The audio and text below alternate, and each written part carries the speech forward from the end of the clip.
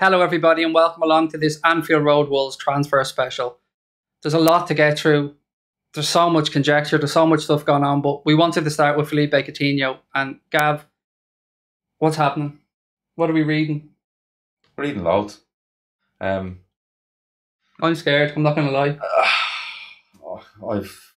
I'm kind of nonplussed now at this stage. It's, you're reading stuff from Liverpool websites, that are going for clickbait and stuff like that.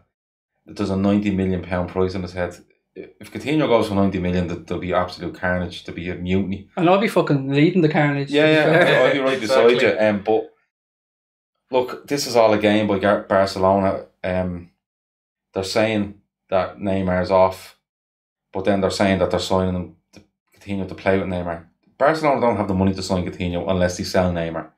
And look, we've read loads of reports. I know you don't believe fucking most of them, but at the end of the day, Jurgen Klopp has been asked this question, and his response was, "The players happy, we're happy, we're in pre-season.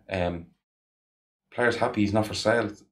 If you can't believe what the manager says, but you can't believe what some gobshite somewhere else is saying, I don't know what's wrong with you. People listen to three gobshites now. I know, and I'm one of the gobshites, so don't believe a thing I say. But no, look, it's all up in the air. It's all surfaced in the last couple of days, and people are saying, "Oh, we're getting a taste for our own medicine. We're after this player," and we are probably getting a taste for our own medicine. But at the end of the day, we need to just say he's not for sale, and we probably need the club to come out and say, "Look," or Coutinho to come out with quotes saying, "I'm happy. I'm going nowhere. I'm preparing for the season with Liverpool, and I've signed a new contract." End of story. That's basically what needs to be done, and the club to just come out and say all bids will be considered out of hand, and that's it. Jonathan, there's been a few rumours of PSG apparently coming in and throwing 90 million on the table for Coutinho, and surely to God, a couple of things here. Surely 90 million doesn't buy him, and why on earth would he go to Paris Saint-Germain? It's not that next level that he's hoping for. No chance. If he leaves Liverpool, it's only for Barca. Will it happen this transfer window? I don't think so. I think you're looking a year, 2 years, 3 years down the line, perhaps. He's settled at Liverpool. Klopp is pretty much going to base the team completely around him. I just don't see it happening at the moment. And you touched on it there, Gav. Is that Barcelona simply don't have the money to sign him. And the only way they afford him is if they sell Neymar. And the only reason Coutinho would join Barcelona is to play along Neymar. So it's a complete no-brainer, really. I think it's a nothing really story. It's just this spin that goes around, and we're all gullible for attention. But no, not 90 million and not the PSG. I'm not going to lie, lads. I think there's something in this. I don't know about the figures. I don't know what he might go for, and I don't know where the hell he's going to end up. My heart says I agree with Jonathan. If he does go anywhere, it will be Barcelona. But I think there's something in this, and I think this is going to run and run and run throughout the window. Yeah, it'll run and run unless you put a stop to it. Surely there's a number though. Surely there's a number on every player. But you see, the thing is, we've spoken since the season finished last season, and we've talked about how big a summer it is for Liverpool going into a Champions League qualifier, fingers crossed, into the group stages and trying to push on in Europe and building a squad that can challenge on not all fronts, because I don't think the FA Cup and the League Cup will take much preference, but the likes of the Champions League, and especially the League, having the numbers there to do it. And we've spoken about this, about a big summer and a massive season coming up, and it's a massive summer for FSG in particular.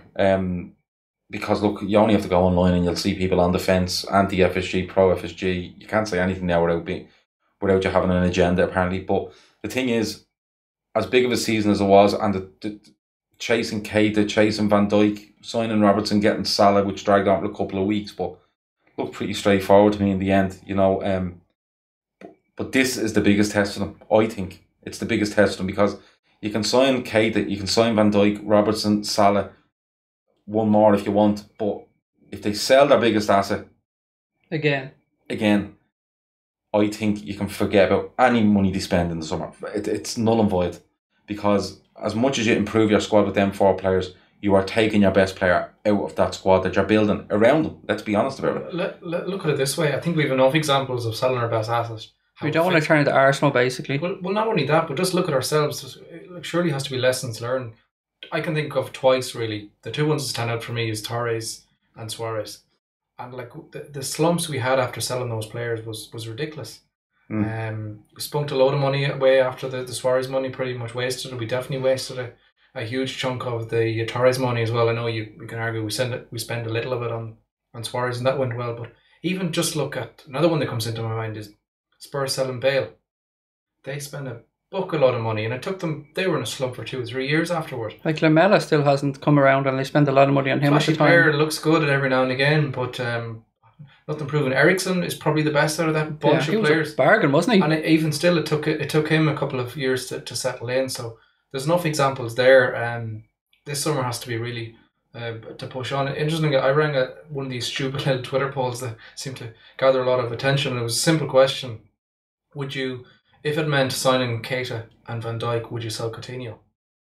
The answer was completely no.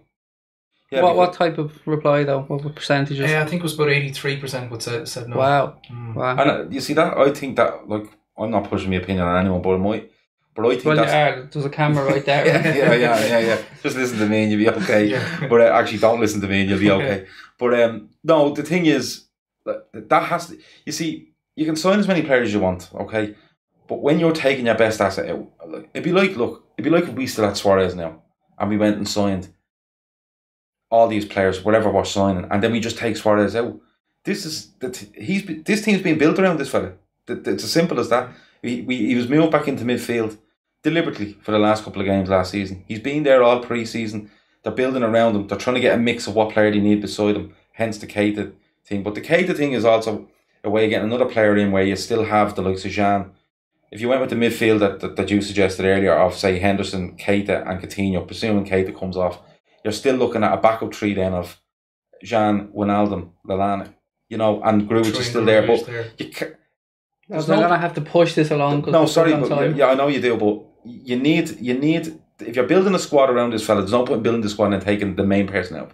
And also, you mentioned Bale, right? Spurs signed Lamela for 30 million, and I think was it Soldado that went for them for 30 million from Valencia. I love Soldado. Right. I love Soldado. Huge fan of Soldado. I love what John Flanagan did to him. But you see, the problem is, right?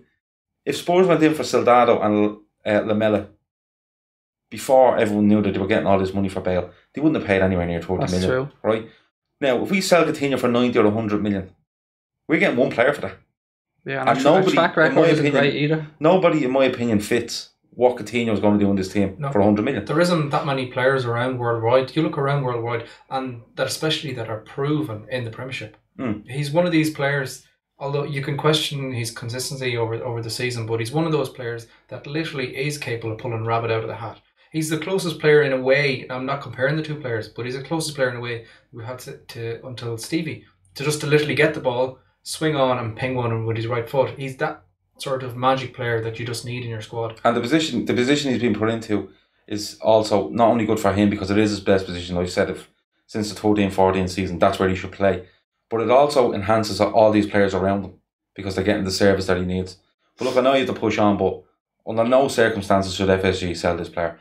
And all this talk of him being unsettled and he's told Klopp he wants to leave, which I read today, that's not happening either. But they cannot sell him because, listen, if they sell him, the first thing you do is you go onto Twitter and you know the way you can block 2 words, net and spend, because that's what you're going to be tormented with for the rest of the summer. Right, so the view from the Wolves is under no circumstances are we selling Philippe Coutinho. That's it, we're putting our foot down. Yeah, I'll be having none of it. I'll be ringing the police if we do it. I've said it openly, he's my favourite player. He's that player that you build your team around. Yeah. Grand. Right, so you touched on Naby Keita, and I suppose that's what we should move on to next. Are we linked to him?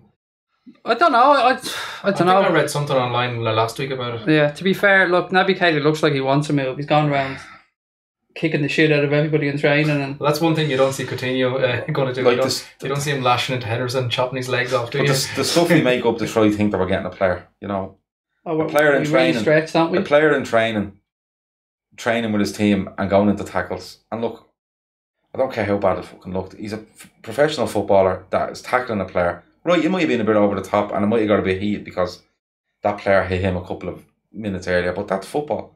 The best one I seen though, Gav, was they were playing a pre-season game, I think it was yesterday, and the team lineup came out and it was huge all over Twitter. He's not in the lineup. Look at the second half, lads. Look at the second half lineup. He's there, he's playing midfield second half. Yeah. People seem to forget. Yeah, and you see, that's the thing.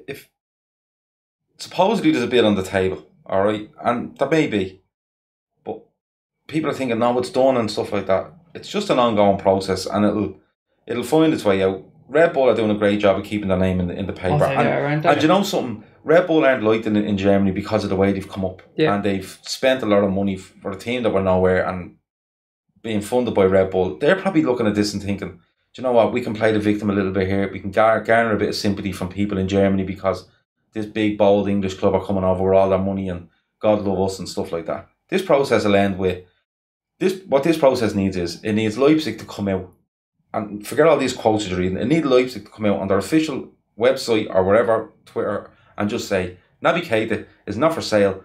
End of story. We consider it, like we would with Coutinho, all offers are out of hand.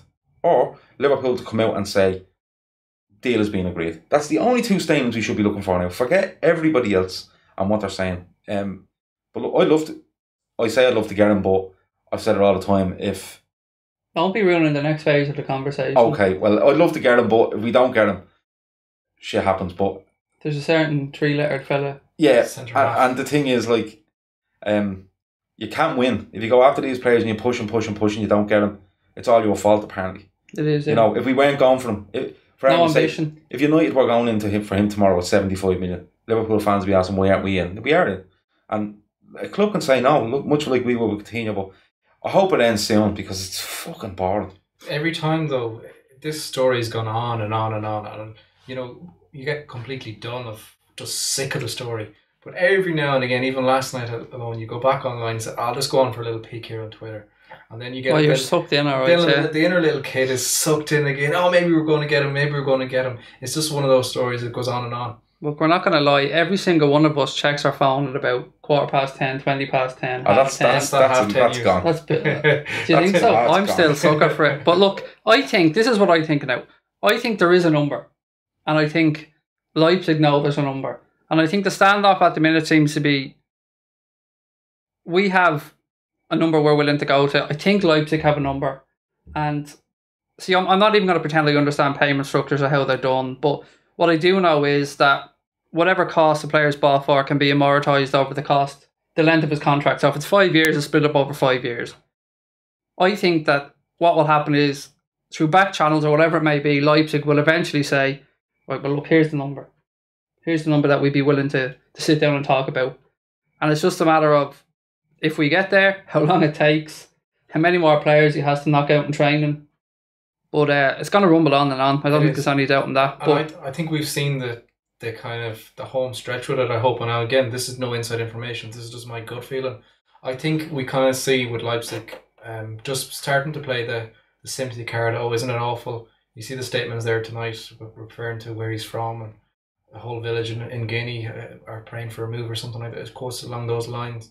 Then you see... So they're begrudging a whole village in Guinea a move. How dare they? How dare they? How dare they? We should all stop drinking Red Bull immediately. I'm going on Monster. She's leaving on Monster energy drink. Sorry to interrupt, but I did see somebody say a couple weeks ago we should boycott Red Bull. It was brilliant. It was priceless. It's just madness. There's a big bad world of Twitter. But I'm hoping that that's the start of, you know, the basic coming to the end of the negotiations there. They're starting to put out the feelers. So isn't it awful?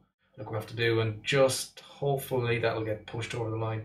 Or it might go on a little bit while Red Bull bring in one or two players at a decent rate for them. Yeah, but you see, I have to remember, if it doesn't go through, or it's still up in the air, Leipzig can still go and take players for 10 or 12 million from somewhere, especially in Germany. I'm not sure they can't take them from Red Bull Salzburg though, because they're not the same unit anymore. Yeah, well, they'd have to be completely separate entities. Long done negotiations. Course, yeah. But I listened to a podcast earlier about this, and a fair point was made on it that I don't remember. Did you remember doing a podcast about this earlier? No, I don't remember doing a podcast about that now. What podcast were you listening to? Am I allowed to say? No, you're not. Absolutely not. Absolutely not, right? But no, I was listening to it, and the point that was made was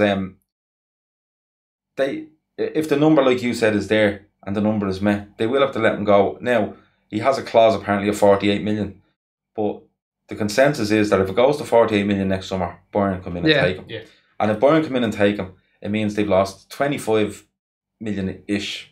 And strengthened the rival. They've strengthened the rival, and they're left for 48 instead of 75. Next time Dortmund's knocking on their shoulders again. Yeah, and you see, if Bayern take him, it's 48 million is nothing then. 48 million is, if someone said to you tomorrow, Naby Keita is 48 million, you're just paying it. So they are in a bit of a catch-22 situation. But look, like Jonathan said, hopefully... I did read a very good point on it. Is like, again, this is the way we analyse situations and desperately look for something to grasp onto. It's like, maybe all along is, okay, Leipzig are going, okay, you need to offer X amount. But look, stay quiet, let this rumble on. We need to find a replacement. Because if the deal is accepted, all of a sudden, like what we discussed with Bale and the Salado fees, like, okay, we're after getting X amount of money in there. The player that was worth 20 is now worth 35 just because I know you've money. So maybe there's a little bit of, okay, you guys go find a replacement, get him on a relatively cheaper price, and then once the big dough from Keita comes in, we'll all shake hands and walk away and everyone's happy. So again, maybe that's wishful thinking. It probably is, but look, that's as valid as opinion as anyone else's opinion, but to me it's just gone on too long. And Good feeling quickly. We're going to wrap this up. No, we don't get him. I said this to them. Jonathan? Yes. After a struggle. Oh, this is controversial, but I honestly don't give a shite if we get you can't say don't bottle it out, yes or no? No. Okay. I'm going to say no as well. But I hope there's a plan B. I will add that. Jeez, there's video evidence of us making a fucking age of ourselves. Right, the next one we're going to move on to is the exciting one, and that's the one I wasn't that you talked about a couple of minutes ago, and that's Virgil van Dijk. I'm not even going to lie, this is the one for me. This is the whole transfer window, apart from keeping Coutinho. For me, this is the one that the transfer window revolves around, and he's training on his own. He is. All the right noises are coming out. Sky are eventually catching up. There was a lovely yellow bar, on the bottom of Sky Sports last night saying somebody that knows Coutinho or somebody that knows Van Dijk's auntie told the postman that they think he'd be a Liverpool player by the end of the transfer window. Stating the obvious there, really, isn't it? How are we feeling on this one? This is the number one for us. And if anyone's on the fence, look at the Leicester game. Look at the way we pressed up high in the pitch, and we've our whole midfield attacking players and long balls over to Vardy. And you watch the way Lovren and our defence get exploited. When you play the system we play with the whole press, you pretty much have two centre halves on the halfway line marking their attacking players. Well, that's one striker or two strikers. And then we have a high midfield press, quite high. If a team plays a long high ball over that press, our two centre halves are exposed. For that system to be effective, because our fullbacks are pretty much bombed up the pitch. For that system to be effective, you need to have centre halves that are excellent readers of the game. They just nick in, flick the ball away. Lovren isn't that. Lovren is... I think that's a bit of an understatement, yeah. Lovren is this player that you kind of need to put on the leash. Put him up for a header, and he's as manly as he get. He'll win it 9 times out of 10. He'll put his body in the line. But he gets ahead of himself, especially if he gets a bit of confidence. He comes running in, charging in, and he thinks, I'm going to get this. Flying in, next thing you're exposed, and you're pretty much through in a one-on-one.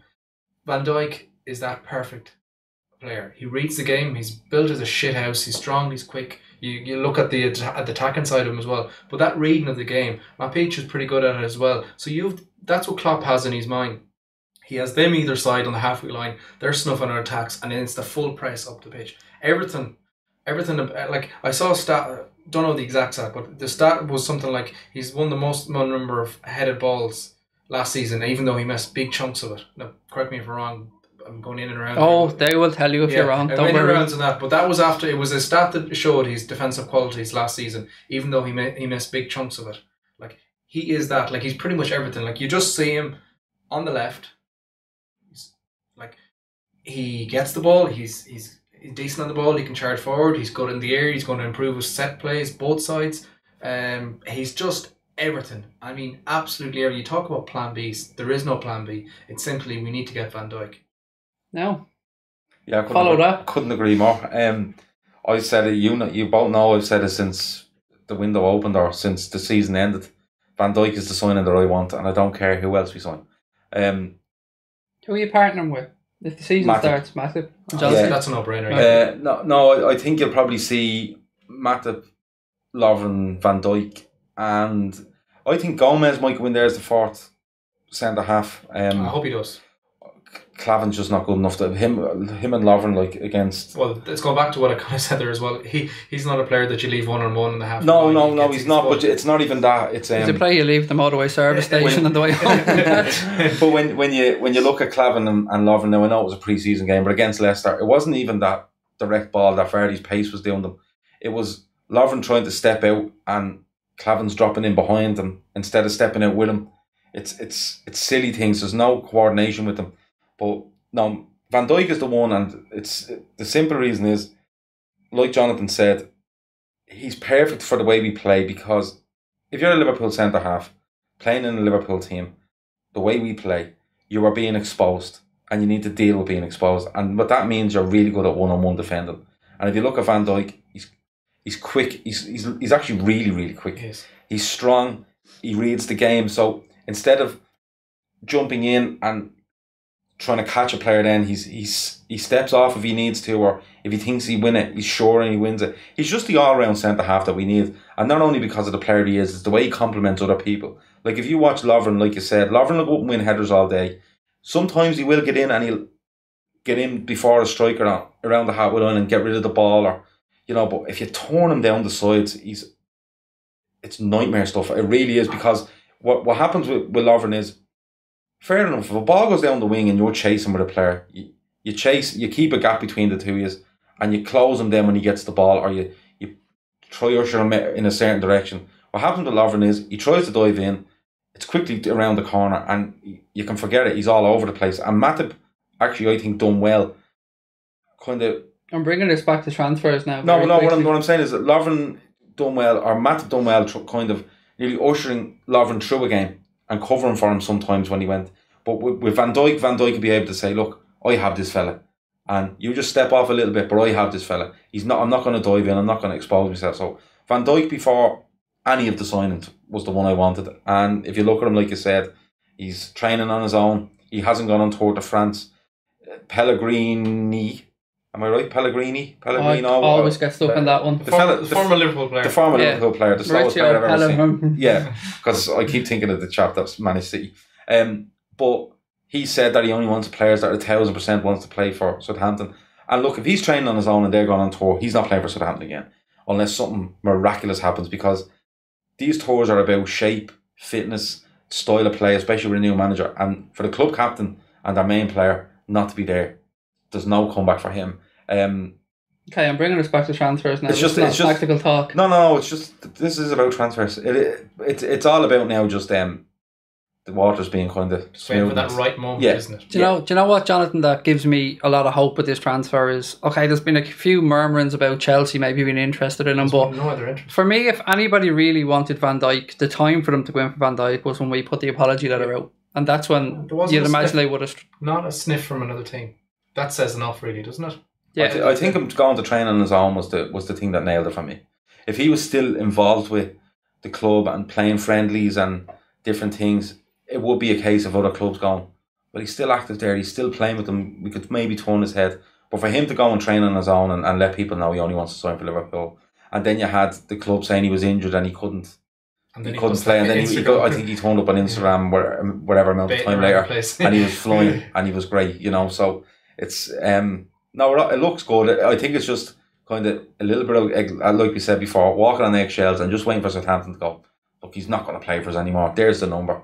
Are you going to pay? Yes. Okay, done. Being greedy though, you'd like to see that deal wrapped up soon, and you'd like to. I was just going to say that. Get into the Germany tour, just because the Germany tour, yes, we play the Audi Cup and whatnot, but from all the noises Klopp is saying, it's pretty much a training camp. They're going to properly focus on team shape, etc., etc. So it would be nice to get him in there. Now, the only thing you'd say is he's smart enough and intelligent enough a player that he could probably slip in, but in an ideal world you'd get the deal wrapped up soon, so he joins them there. Absolutely. Right, lads, is there a number? Are you bothered with a number? You don't care what he costs, as long as the club can afford it, you're happy enough?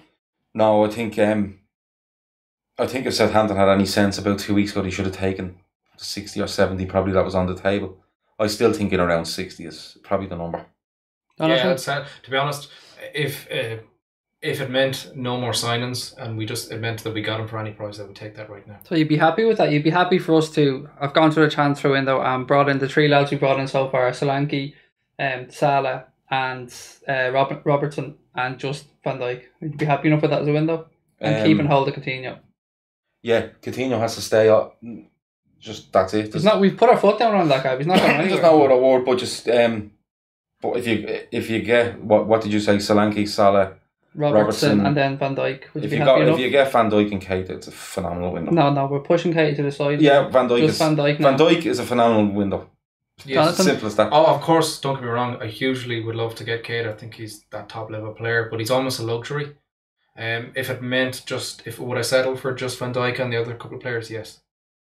I'd be pretty happy with that as well. I'd probably like to see someone. Do you think that's what's going to happen though? Do you think that's going to be like you're saying no to Keita, I'm saying no to Keita.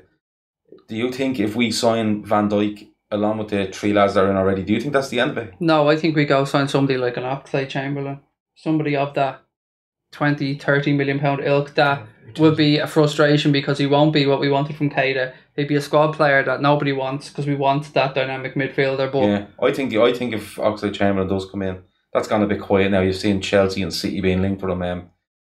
I still think he might sign a new deal with Arsenal. I think this is the common thing where you see them being linked, and I'm not going to sign, and then enough money's put in front of him, because I think if he gets to Liverpool, people are talking about wing back and they're talking about centre midfield now. I think he ends up being covered for either the wide men. Yeah. That's where I think he goes in. He just gets thrown around the place when they're chasing the game, really. I don't see a starting 11 place from even in, not saying the second string, but even in the matches where we're resting a couple of players. I could see him playing a lot, but I could see him playing in a couple of different positions, but mainly cover for the front James men. Milner all over again, I think. James Milner syndrome of not being able to nail down a position. It is not a bad thing, but I don't think it's what we need now if we're not getting Keita. Yeah, but I think you're right. If we don't get Keita, I think we sign someone else. But I still think actually if we do get Van Dijk and Keita, I still think we go in for another one. That's just greedy. That'll be It's not greedy. I just think that they're showing their muscle. They have to show their muscle financially. Everyone knows them. They're hiding them well. They're showing them muscle bit by bit. Yeah, but everyone knows the money's there. But the key for them is Van Dijk and keeping Coutinho from here on in. Right, so that's it for us here. The key's getting Van Dijk, seeing what happens with Keita, keeping Coutinho. But one more bit of Liverpool transfer news that kind of popped up today before we leave it is Markovic possibly gone to Fiorentina, lads. Rumoured that we're looking for around 16 million. 16 million, phenomenal price for. Is it really though? Look at Jordan Ibe going for 15 last year. Yeah, no, I think 16 million is because if you look at Markovic, he was at Liverpool. It didn't work out for him. I thought he was a bit mistreated.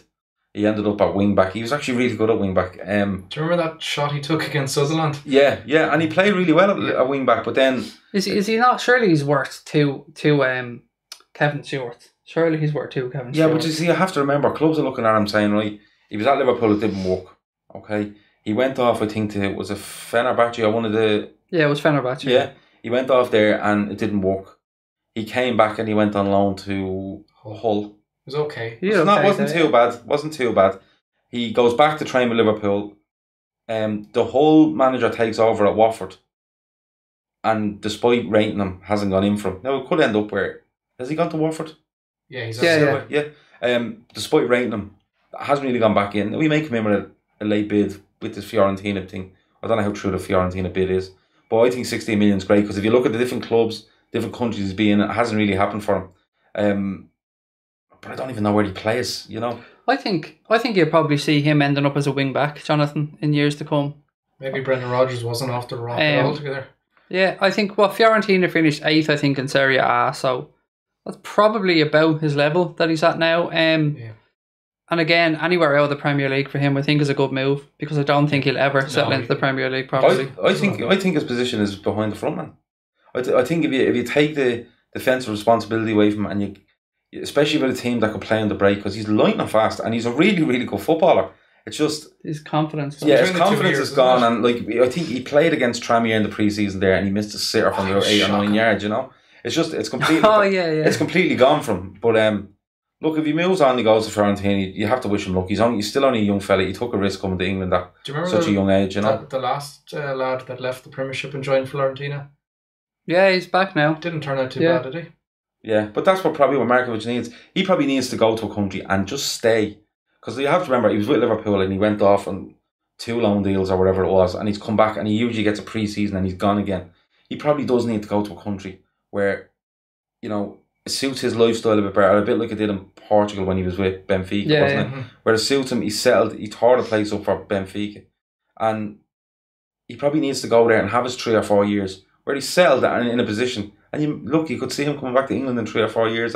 He'd still only be, 26, probably around then, wouldn't he? Oh, I'm not even going to pretend. Yeah, I think he's only about 23 now. So about 26, 27. You could probably see him doing what Salah done. You know, not making it in England, going off, learning his trade properly, settled somewhere that he knows he's not going to end back up at his parent club for the pre-season and being shipped out again. He could do what Salah's done because he has got the talent. There's no doubt about that. To me, I don't ever see him coming back to the Premier League. I think, as you said, Europe, continental Europe, Italy, Spain, possibly anywhere like that. Italy, Spain, Portugal, anywhere like that. Germany, I think, probably. yeah, it's probably his level. Anywhere but England, really. Pretty much anywhere but England. What figure do you think we'll probably end up seeing from Jonathan? Oh God, if we get 16, I'd bite your hand off for it now. Yeah, I'd be saying like 20 million. I think we spent on him. I think if we get 12 back, I think he'd be happy because I think the rumoured amount at the start of the transfer window was about between 8 and 10. So 12 million is grand. You happy with 12? Yeah, I would take 12. Yeah. Right, I think we'll pretty much leave it there today. Hit the subscribe button, folks, if you like what we're doing. Give us a like, and thanks very much for joining us on this ARW transfer review. We'll talk to you all soon. Take care and good night.